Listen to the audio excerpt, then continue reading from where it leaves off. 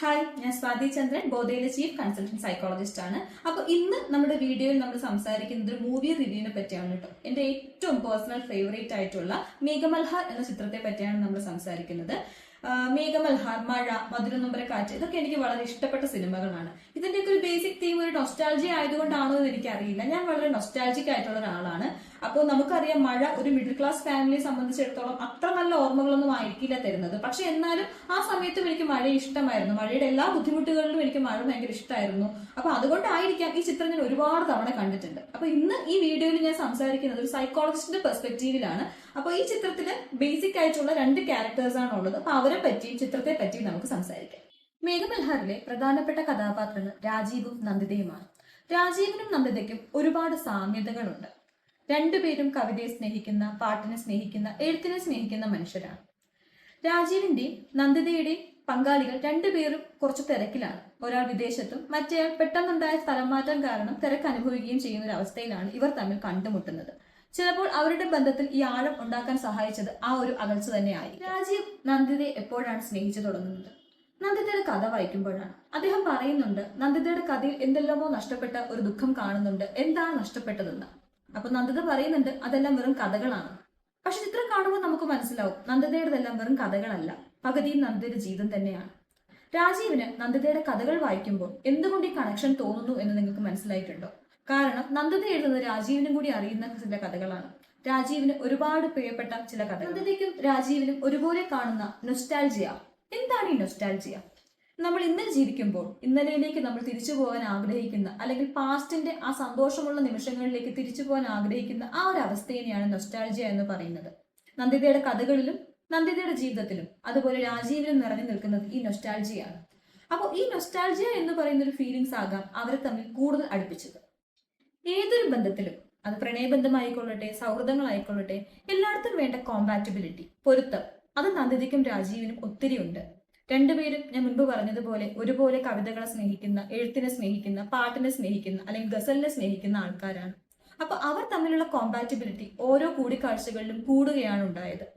ഇനി ചിത്രത്തിൽ നോക്കുമ്പോൾ നമുക്ക് മനസ്സിലാവുന്ന ഒരു കാര്യമുണ്ട്.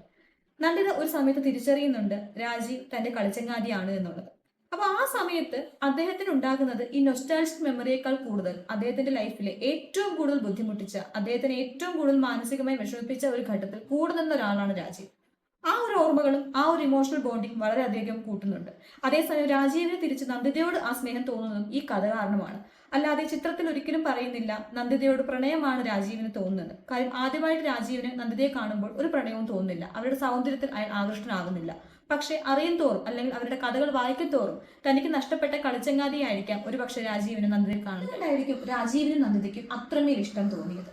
മനഃശാസ്ത്രത്തിൽ ഇതിനൊരു എക്സ്പ്ലനേഷൻ ഉണ്ട്, റീകൻഡിൽ കണക്ഷൻസ്. അതായത് വർഷങ്ങൾക്ക് മുൻപ് വളരെയധികം സ്നേഹിച്ച രണ്ട് വ്യക്തികൾ തമ്മിൽ എന്തെങ്കിലും സാഹചര്യത്തിന്റെ സമ്മർദ്ദം മൂലം പിരിയേണ്ടി വരികയാണെങ്കിൽ അവർ പിന്നീട് ഒരുപാട് നാൾക്ക് ശേഷം കാണുമ്പോൾ അവർക്ക് നൊസ്റ്റാൾജിയും കൂടി അതിനോടൊപ്പം വരികയാണെങ്കിൽ അവരുടെ ഇമോഷണൽ ബോണ്ട് വളരെയധികം കൂടാൻ സാധ്യതയുണ്ട്. ഇവിടെയും സംഭവിച്ചിട്ടുണ്ടാവുക അതുതന്നെയാകും എന്നാണ് ഞാൻ വിചാരിക്കുന്നത്. രാജീവിന്റെയും വേർപിരിയൽ ഒരു അവസാനം ഉണ്ടായ വേർപിരിയൽ ആയിരുന്നില്ല. രാജീവ് പറയുന്നുണ്ട്, കൽമണ്ഡപത്തിൽ നിന്ന് കണ്ണു മറയുന്നത് വരെ നോക്കി നിന്ന പെൺകുട്ടിയെ ഒരുപാട് കാലം അയാൾ മനസ്സിൽ കൊണ്ട് നടന്നിട്ടുണ്ടെന്ന്. നന്ദിതയും രാജീവിനെ അപ്പോൾ മറന്നിട്ടില്ലായിരുന്നു. രാജീവ് എന്തെങ്കിലും തിരിച്ചു വരുമ്പോൾ കാണാനായിട്ട് നന്ദിത ഒരു പാറയിൽ അവരുടെ പേരും കാര്യങ്ങളും ഒക്കെ എഴുതി വെച്ചിട്ടുള്ളത് നമുക്ക് ചിത്രത്തിൽ കാണാൻ കഴിയും. അതായത് ചില ബന്ധങ്ങൾ പൂർണ്ണതയില്ലാണ്ട് തീർന്നു പോകുമ്പോൾ അത് നൊസ്റ്റാൾജിയയും കൂടി എഫക്ട് ചെയ്യുമ്പോൾ അവർക്ക് പിന്നീട് കുറെ കാലങ്ങൾക്ക് ശേഷം ആ ബന്ധത്തിലുള്ള ആളെ കാണുമ്പോൾ ഒരു സന്തോഷവും അതുപോലെ തന്നെ ഇമോഷണലി കണക്റ്റഡ് ആവുകയും ചെയ്യും. കാര്യം പ്രത്യേകിച്ച് കാരണങ്ങളൊന്നും ഇല്ലാതെയാണ് അവർ വേർപിരിയുന്നത്. രാജീവും നന്ദിതയും പ്രണയിച്ചിരുന്നു എന്നുള്ളതാണ് സത്യം. പക്ഷെ വർഷങ്ങൾക്ക് ശേഷം ഫാമിലിയിൽ വളരെ സന്തുഷ്ടമായി ജീവിക്കുമ്പോൾ അവർ തമ്മിൽ പ്രണയിച്ചിട്ടുണ്ടോ?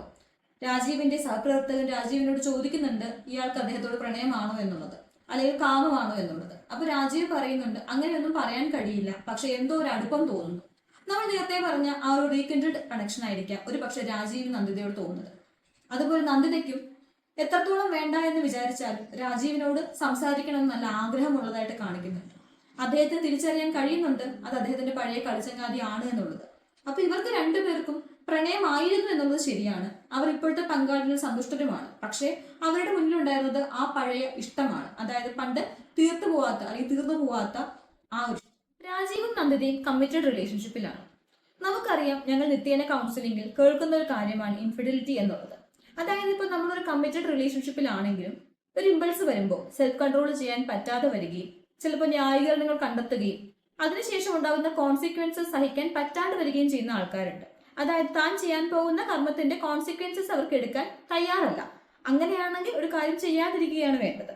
അപ്പൊ അത്തരത്തിൽ നോക്കുമ്പോൾ രാജീവോ നന്ദിതയോ ഇവിടെ ഒരു ഇൻഫിഡിലിറ്റി ചെയ്യാതെ വെക്കാൻ തോന്നുമ്പോഴും പിന്നും പിന്നും വേണമെന്ന് തോന്നുന്ന ഒരു ഇഷ്ടം അവർക്ക് രണ്ടുപേർക്കും ഉണ്ടായിരുന്നു. പിന്നും പിന്നും കാണണമെന്ന് തോന്നുന്ന ഒരു ഇഷ്ടം അവർക്ക് രണ്ടുപേർക്കും ഉണ്ടായിരുന്നു. പക്ഷെ അവിടെയാണ് ഞാൻ നേരത്തെ പറഞ്ഞ സെൽഫ് കൺട്രോൾ അല്ലെങ്കിൽ ഇമോഷണൽ റെഗുലേഷൻ അവർ ചെയ്യുന്നത്. അതായത് അവർ അങ്ങനെ ഒരു തീരുമാനം എടുക്കുകയാണെങ്കിൽ അവർക്ക് വേണ്ടപ്പെട്ടവരെ അവർക്ക് നഷ്ടമാകും. അവർക്ക് നല്ലപോലെ അവയർനെസ് ഉണ്ടായിരുന്നു അതിന്റെ കോൺസിക്വൻസസ് എന്തൊക്കെയാണെന്നുള്ളത്. ആ കോൺസിക്വൻസസ് എടുക്കാൻ അവർ തയ്യാറായിരുന്നില്ല. So they chose to be separated. രാജീവിനും നന്ദിതയ്ക്കും സെൽഫ് അവയർനെസ് ഉണ്ടായിരുന്നു, കമ്മിറ്റ്മെന്റ് ഉണ്ടായിരുന്നു, അതുപോലെ തന്നെ ഇമോഷണൽ റെഗുലേഷൻ ഉണ്ടായിരുന്നു. അതുകൊണ്ട് തന്നെ അവർ ആ ഒരു തീരുമാനം എടുത്തു. പക്ഷെ നമ്മൾ ചില സമയങ്ങളിൽ ഒരു കോഗ്നിറ്റീവ് ഡിസണൻസ് എന്നൊക്കെ പറയില്ലേ, അതായത് മുൻകാലത്തുള്ള ആ പ്രണയം അവരുടെ മനസ്സിലുണ്ട്, അതേസമയം അവർക്ക് ഫാമിലിക്ക് പ്രയോറിറ്റൈസ് ചെയ്യേണ്ടിയും വരുന്നുണ്ട്. അതുകൊണ്ടുണ്ടാകുന്ന മാനസിക സംഘർഷം രണ്ടുപേരും ഒരുപോലെ തന്നെ അനുഭവിച്ചിട്ടുണ്ട്. നൊസ്റ്റാൾജിയെ പ്രണയിക്കുന്നവർക്ക് രാജീവിനെയും നന്ദിതയെയും ഒരുപക്ഷെ മനസ്സിലാക്കാൻ സാധിക്കും. ചിലപ്പോൾ നമ്മുടെ എല്ലാവരുടെയും മനസ്സിൽ കാണും അതുപോലെ ഒരു നൊസ്റ്റാൾജിക് മെമ്മറി. ഇനി നിങ്ങളൊരു റിലേഷൻഷിപ്പിൽ ഒരു ഡിസിഷൻ എടുക്കുമ്പോൾ അതിന്റെ പൂർണ്ണമായ ഉത്തരവാദിത്വം നിങ്ങൾക്കാണെന്ന് മനസ്സിലാക്കുക. ഇമ്പൾസീവായിട്ട് ഒരിക്കലും ഡിസിഷൻസ് എടുക്കാതിരിക്കുക. Thank you.